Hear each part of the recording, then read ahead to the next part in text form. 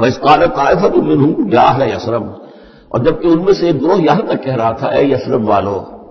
لا مقام لکم فارجعوا، اب تمہارا کوئی ٹھکانہ نہیں ہے، لوٹ جاؤ یہاں سے، کہاں تم مقابلہ کر سکتے ہو، یہ 12,000 کا لشکر آ گیا، کوئی ممکن ہے، کوئی امکان تمہیں نظر آتا ہے؟ تو کسی طریقے سے کہیں سے بھاگنے کے لیے راستہ تلاش کرو۔ وَيَسْتَأْذِنُ فَرِيقٌ مِّنْهُمْ النَّبِيَّ، اور ان میں سے ایک گروہ جو ہے آ کر نبی سے اجازت طلب کر رہا تھا، یقولون ان بیوتنا عورا، اور وہ کہہ رہا تھا کہ ہمارے تو گھر کھلے پڑے ہوئے ہیں، یعنی گھروں کو اندیشہ ہے، گھروں کے اوپر پیچھے سے بنو قریظہ کے لوگ حملہ آور ہو جائیں، ہماری عورتیں وغیرہ جو ہم نے چند حویلیوں کے اندر جن کو جمع کیا ہے، آپ نے یہی کیا تھا حضور نے صلی اللہ علیہ وسلم، خواتین کو بچوں کو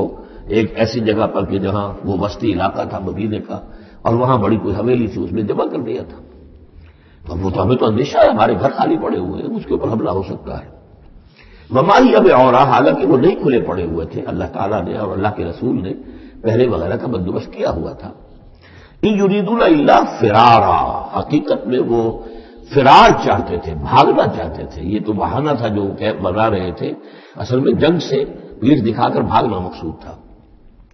وَلَوْ دُخِلَتْ عَلَيْهِمْ مِنْ أَقْطَارِهَا، اور اگر کہیں داخلہ ہو ہی گیا ہوتا دشمن کا اس مدینے کے اندر اس کے چاروں طرف سے،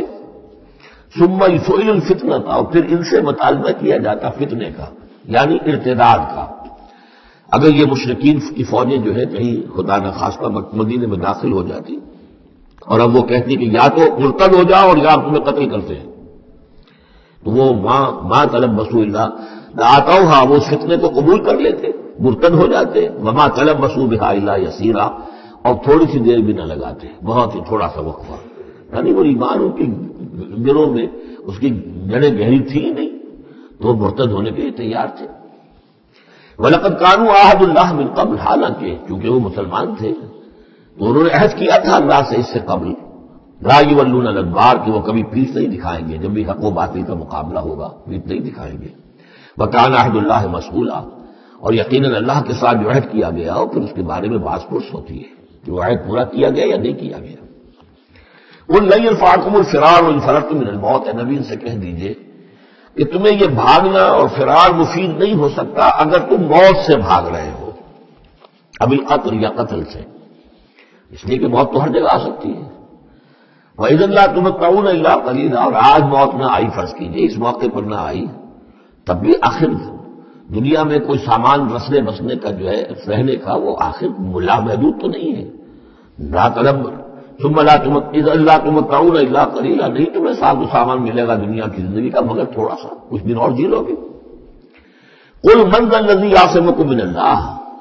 ان سے پوچھئے کون ہے وہ جو تمہیں اللہ سے بچا سکے، ان اراد بکم سوءا، اگر اللہ ہی نے فیصلہ کر لیا ہو تمہارے بارے میں کسی بری چیز کا، او اراد بکم رحمہ، اور اگر اللہ نے رحمت کا فیصلہ کیا ہو تو کون ہے جو اس کی رحمت کے آڑے آ سکے۔ وَلَا يَجِدُونَ لَهُم مِّن دُونِ اللَّهِ وَلِيًّا وَلَا نَصِيرًا، اور یہ نہیں پائیں گے اللہ کے مقابلے میں نہ کوئی ولی، حمایتی اور نہ مددگار۔ قَدْ يَعْلَمُ اللَّهُ الْمُعَوِّقِينَ مِنكُمْ، تم میں سے اے نام نہاد مسلمانوں، اے منافقوں، ہمیں خوب معلوم ہے، اللہ کو خوب معلوم ہے کہ کون ان میں سے روکتے ہیں دوسروں کو کہ مت جاؤ، محاذ پر مت جاؤ۔ جیسا کہ میں بتا چکا ہوں کہ دو طرف تو حرات تھے، ادھر سے حفاظت تھی، پیچھے بنو قریظہ تھے چونکہ وہ معاہد تھے، ان سے معاہدہ تو موجود تھا، لہذا اس اعتبار سے بظاہر وہ بھی محفوظ تھا، ادھر سے حملہ نہیں ہو سکتا تھا، اگرچہ اندیشہ ہر وقت تھا کہ کبھی وہ بھی دگا دیں تو پھر یہ ہے کہ چکی کے دو پارٹوں کے درمیان مسلمان آ جائیں گے۔ لیکن جو سامنے کا علاقہ تھا وہاں وہ خندق وہ جو ہے کھود دی گئی، اور خندق سے ادھر جو ہے وہ مسلمان مرتد لگا کے بیٹھے ہوئے، اور اس جو بھی وہ محاذ بنتا تھا اس پر کوئی نہیں جاتا تھا، روکتے تھے ادھر مت جاؤ، کہاں جا رہے ہو۔ قد یعلم اللہ المعوقین منکم، تم میں سے جو لوگ روکتے ہیں دوسروں کو، والقائلین لاخوانہم ہلم الینا، اور جو کہتے ہیں اپنے بھائیوں سے آؤ ہماری طرف آؤ، گھروں میں گھس جاؤ، چھپ جاؤ، تمہارا جو ہے کہیں نام و نشان نہ رہے، کہاں جا رہے ہو موت کے منہ میں۔ ولا یاتون الباس الا قلیلا، اور وہ نہیں آتے، حاضر نہیں ہوتے جنگ میں، یعنی میدان جنگ میں جہاں پر کہ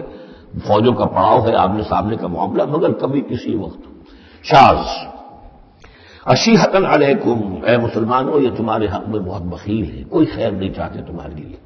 یہ خیر خواہ نہیں ہے، تمہارے بدخواہ۔ فَإِذَا جَاءَ الْخَوْفُ رَأَيْتَهُمْ، اور جب خوف اگر چلا جائے،